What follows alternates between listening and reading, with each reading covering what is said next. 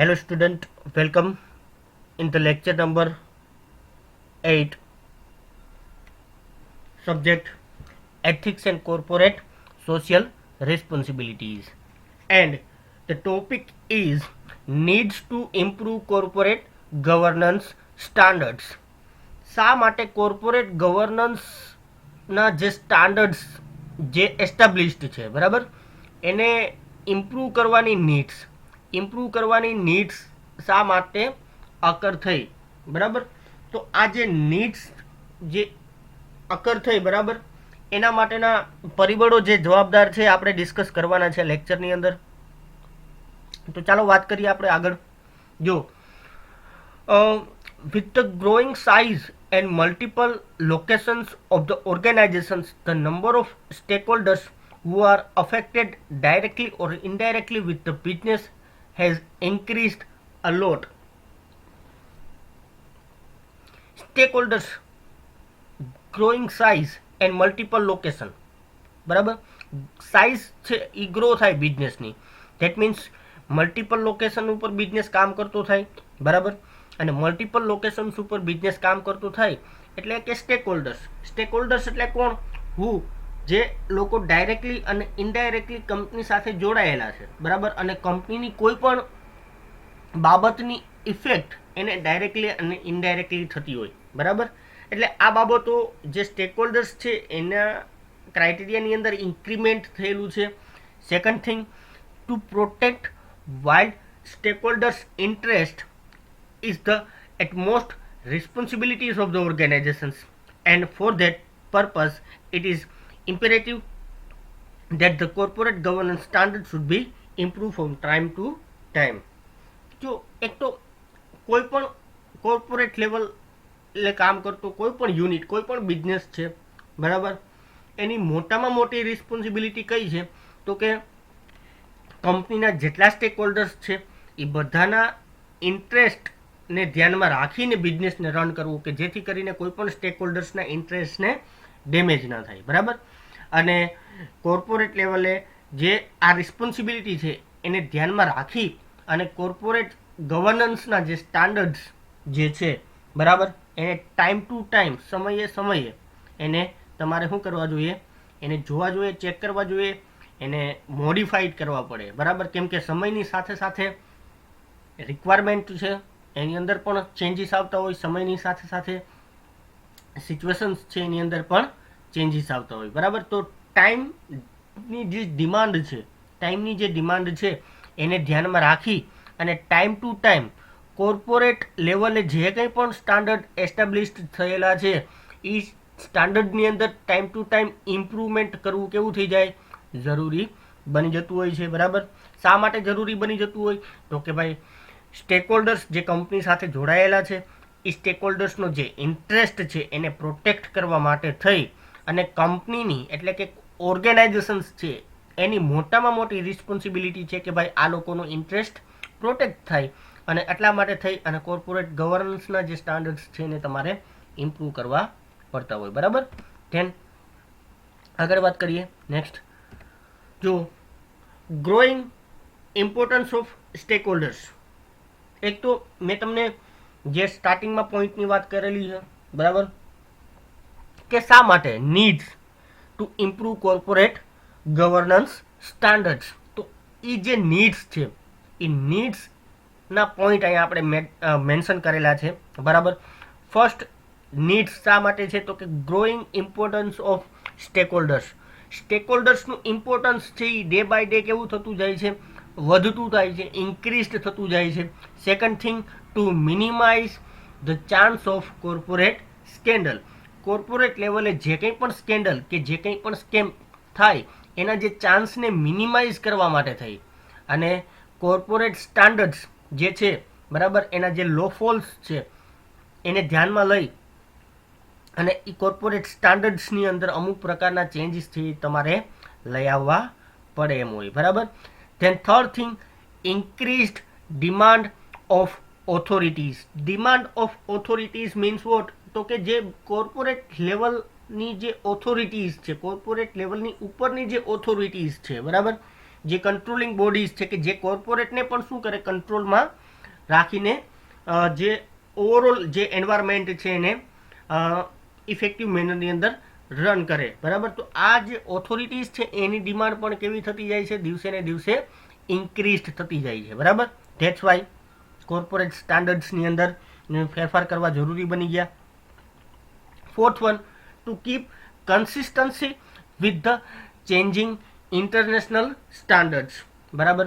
આપણા જે સ્ટાન્ડર્ડ્સ છે એને ઇન્ટરનેશનલ જે સ્ટાન્ડર્ડ્સ છે એની વચ્ચેનો ગેપ હોય, અને એ ગેપને ફિલ કરવા માટે થઈ અને સ્ટાન્ડર્ડ્સને, આપણા સ્ટાન્ડર્ડ્સને એના સ્ટાન્ડર્ડ્સના કમ્પેરિઝનમાં જે કંઈ પણ ચેન્જીસ કરવાના થતા હોય એ આપણે કરવા પડે.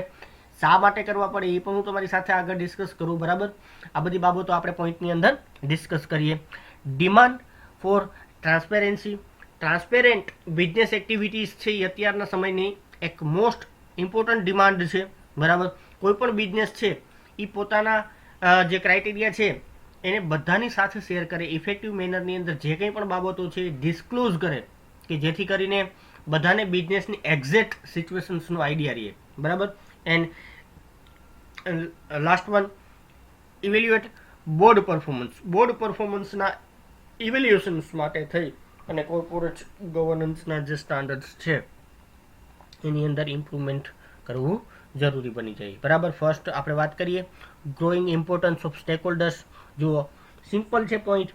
જેમ જેમ સ્ટેક હોલ્ડર્સ છે એનું ઇમ્પોર્ટન્સ વધતું જાય વિથ ધ ઇન્ક્રીઝિંગ, જો with the increasing size of business organizations in the present arena, the number of stakeholders of the organizations is increased, and it has become very important for today's corporate business to satisfy as many stakeholders as they can. જો અત્યારના જે business ઓર્ગેનાઇઝેશન્સની વાત કરીએ, જો અત્યારના present એરેના જે business છે, અત્યારના પ્રેઝન્ટ બિઝનેસ છે, હવે અત્યારના જે બિઝનેસીસ છે એ બધા બિઝનેસના સ્ટેક હોલ્ડર્સની સાઇઝ છે એ દિવસે ને દિવસે કેવી થતી જાય છે, વધતી જાય છે. અને બિઝનેસની એક રિસ્પોન્સિબિલિટીઝ છે કે કોર્પોરેટ લેવલે તમે તમારાથી પોસિબલ થતા હોય, બરાબર, આટલા સ્ટેક હોલ્ડર્સને તમે ઇફેક્ટિવ મેનરની અંદર સેટિસ્ફાઈડ કરી શકો, કે કોઈ પણ સ્ટેક હોલ્ડર્સ છે એને બિઝનેસ થ્રુ ડિસેટિસ્ફેક્શન ન થાય, બરાબર. And considering the importance of the stack holders, અને આ જ બાબતને ધ્યાનમાં રાખી અને સ્ટેક હોલ્ડર્સના જે ઇમ્પોર્ટન્સ છે એને કન્સિડર કરી, બરાબર, there is need to increase corporate governance standards from time to time. અને આ બધી બાબતોને ધ્યાનમાં રાખીને જોઈએ તો કે ભાઈ સ્ટેક હોલ્ડર્સનું મહત્વ છે, સ્ટેક હોલ્ડર્સ ઇન્ક્રીઝ થતા જાય છે, બરાબર. બિઝનેસની વાત કરીએ તો બિઝનેસ જે ઓર્ગેનાઇઝેશન્સ છે એના દ્વારા એવા એફર્ટ્સ થવા જોઈએ કે જેનાથી મેક્સિમમ સ્ટેક હોલ્ડર્સ છે એને બિઝનેસ સેટિસ્ફાઈડ કરી શકે, બરાબર.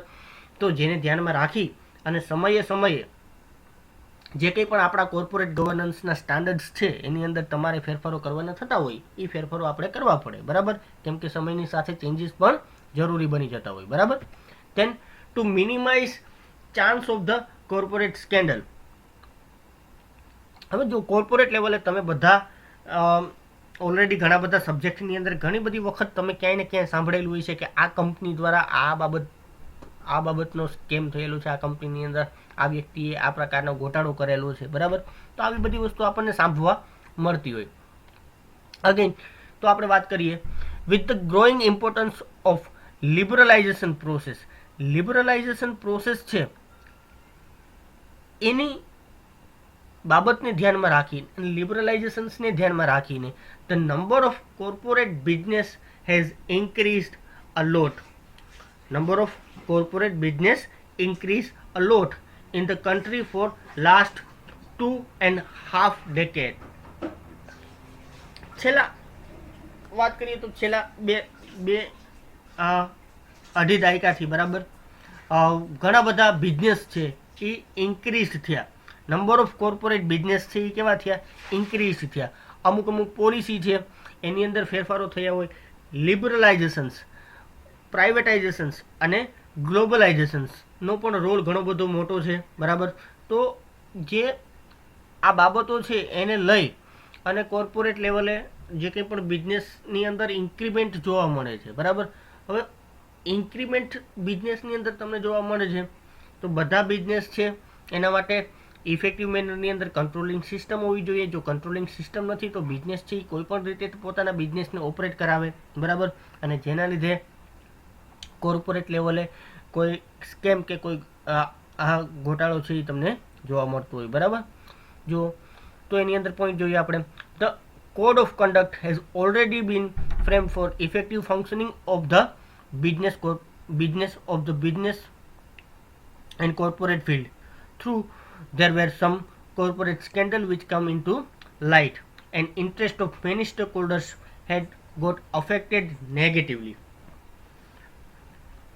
કોડ ઓફ કન્ડક્ટ છે બિઝનેસની અંદર ઘણા બધા, બરાબર. ઘણા બધા વે છે, ઘણા બધા વે થ્રુ બિઝનેસને કેરીડ આઉટ કરવો જોઈએ. ઘણા બધા એવા ક્રાઇટેરિયા છે કે જેને ધ્યાનમાં રાખવો જોઈએ બિઝનેસને ઓપરેટ કરાવવા માટે થઈને, બરાબર. બિઝનેસના ફંક્શનિંગને જ્યારે આપણે કેરી આઉટ કરતા હોય ત્યારે આપણે સર્ટેન કોડને ધ્યાનમાં રાખવા જોઈએ. સર્ટેન કોડ ઓફ કન્ડક્ટને ધ્યાનમાં રાખીને બિઝનેસને કેરી આઉટ કરવો જોઈએ.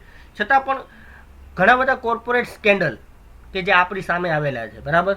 અને આ બધા કોર્પોરેટ સ્કેન્ડલ કઈ રીતના થતા હોય તો કે ભાઈ જે એસ્ટાબ્લિશ્ડ કોડ છે, એસ્ટાબ્લિશ્ડ જે રૂલ્સ રેગ્યુલેશન્સ છે એ એસ્ટાબ્લિશ્ડ છે એમાં કોઈ લો ફોલ્સ હોય અને આ લો ફોલ્સ એટલે કે ખામી છે, ઉણપ છે, એને ધ્યાનમાં રાખી, બરાબર. અને એવા કોઈ સ્કેમ કોઈ વ્યક્તિઓ દ્વારા કોઈ ઓથોરિટી દ્વારા કરી નાખવામાં આવતા હોય છે કે જેનાથી ઘણા બધા સ્ટેક હોલ્ડર્સ છે એના ઉપર એની નેગેટિવ ઇમ્પેક્ટ થતી હોય છે, બરાબર. તો આ પ્રકારે કોઈ લો ફોલ્સ ના રહીએ એટલા માટે થઈ અને આપણે આપણા કોર્પોરેટ ગવર્નન્સના જે સ્ટાન્ડર્ડ્સ છે એને ઇમ્પ્રૂવ કરવા જોઈએ કે જે સમયની સાથે સાથે આપણને એક્સપિરિયન્સ થતો જતો હોય, બરાબર.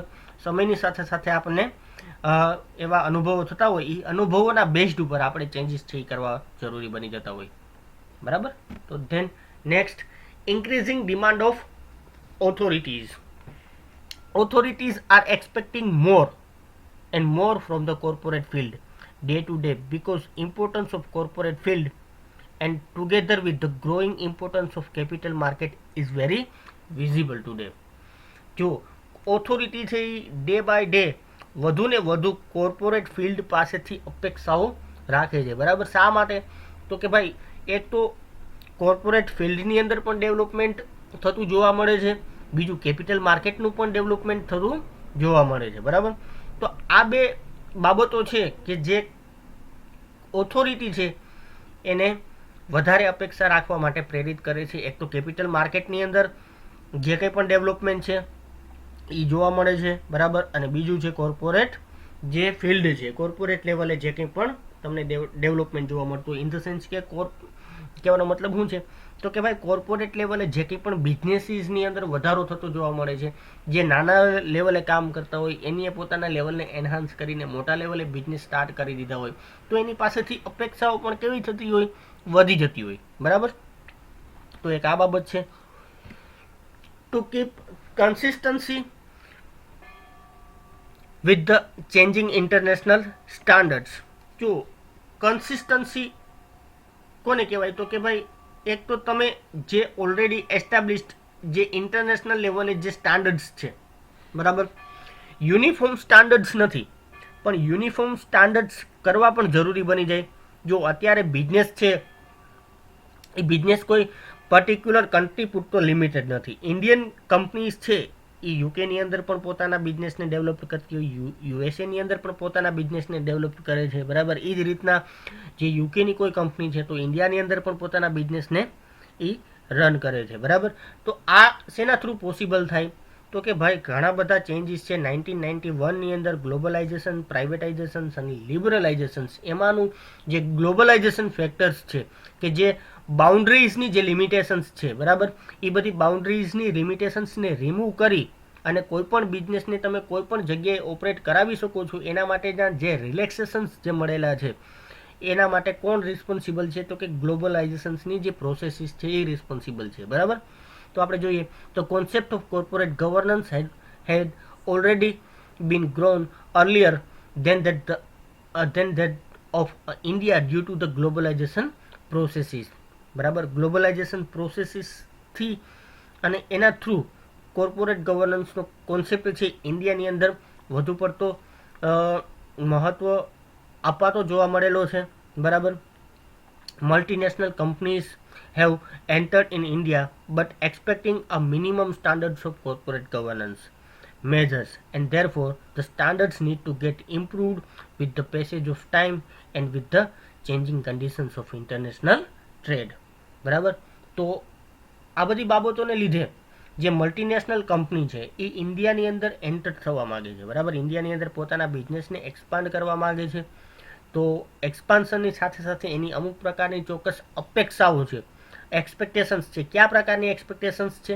તો કે આ એક્સપેક્ટેશન્સ એવી છે કે સ્ટાન્ડર્ડ્સ છે, મિનિમમ સ્ટાન્ડર્ડ્સ કોર્પોરેટ ગવર્નન્સના હોય કે જેથી કરીને કંપનીને ઓપરેટ થવામાં કોઈ હર્ડલ્સ કે કોઈ મુશ્કેલી ન આવે, બરાબર. અને એ પોતાનો બિઝનેસ છે એ ઇન્ડિયાની અંદર ઇફેક્ટિવ મેનરની અંદર એસ્ટાબ્લિશ્ડ કરી શકે અને ડેવલપ કરી શકે, બરાબર. જો સિમ્પલ વસ્તુ છે કે વધારે પડતા સ્ટ્રિક્ટ રૂલ્સ અને રેગ્યુલેશન્સ છે જે તમે એડપ્ટ કરેલા હોય અથવા તો તમે ફોર્સફુલી જે કોઈ પણ આવવા માગે છે એ લોકો પાસે પણ તમે કમ્પલસરીલી એની પાસે ફોલો કરાવો, જે અઘરા છે અને ડિફિકલ્ટ છે, બરાબર. જેમાં પ્રોફિટ છે એ એટલો બધો જોવા ન મળતું હોય તો બટ ઓબ્વિયસ છે કે કોઈ પણ કન્ટ્રીની કંપની ઇન્ડિયાની અંદર આવે એના પહેલાં વિચાર કરે કે ભાઈ ત્યાંના જે કોર્પોરેટ સ્ટાન્ડર્ડ્સ છે એ કેવા છે, હાર્ડ છે અને ડિફિકલ્ટ છે એને ફોલો કરવા. તો ડિમોટિવેશન એક પ્રકારે ડિમોટિવેટ થઈ જાય, બરાબર. તો આ બાબતને ધ્યાનમાં રાખી અને આપણે જોઈએ તો કે ભાઈ જે આપણા જે સ્ટાન્ડર્ડ્સ છે કોર્પોરેટ ગવર્નન્સના એને આપણે સમયની સાથે સાથે ઇમ્પ્રૂવ કરવા જોઈએ. પેસેજ ઓફ ટાઈમ જેમ જેમ સમય જતો જાય છે, અત્યારના જે ગ્લોબલાઇઝેશન્સના એરેનાની અંદર વાત કરીએ તો આપણે આ સ્ટાન્ડર્ડ્સ જે છે એની અંદર થોડાક રિલેક્સેશન્સ આપવા જોઈએ કે જેથી કરીને જે ફોરેન કન્ટ્રીની જે કંપનીઝ છે ઇન્ડિયાની અંદર પોતાના બિઝનેસને ડેવલપ કરે અને ઇન્ડિયાની અંદર જે કંઈ પણ બાબતો છે જે ઇન્ડિયન કંપનીઝ છે એને પણ જે કંઈ પણ હર્ડલ ફેસ કરવા પડતા હોય એમાં એમને રિલેક્સેશન્સ મળી લે, બરાબર.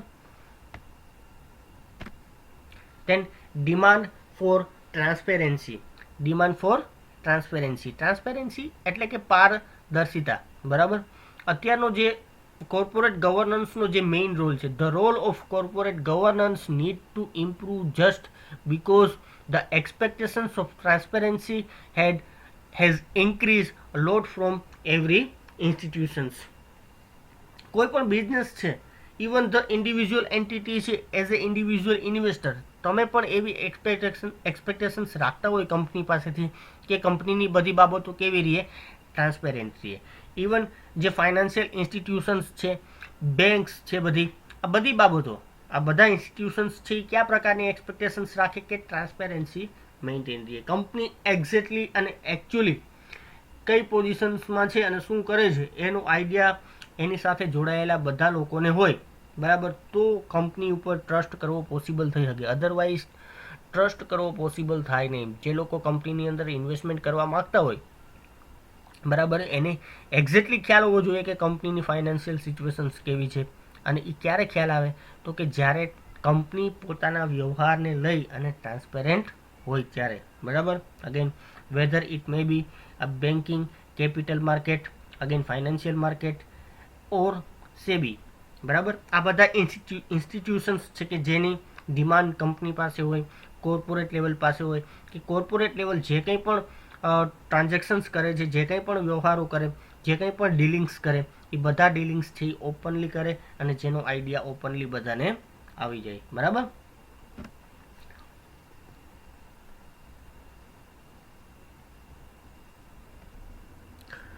Okay, then next, evaluating board performance.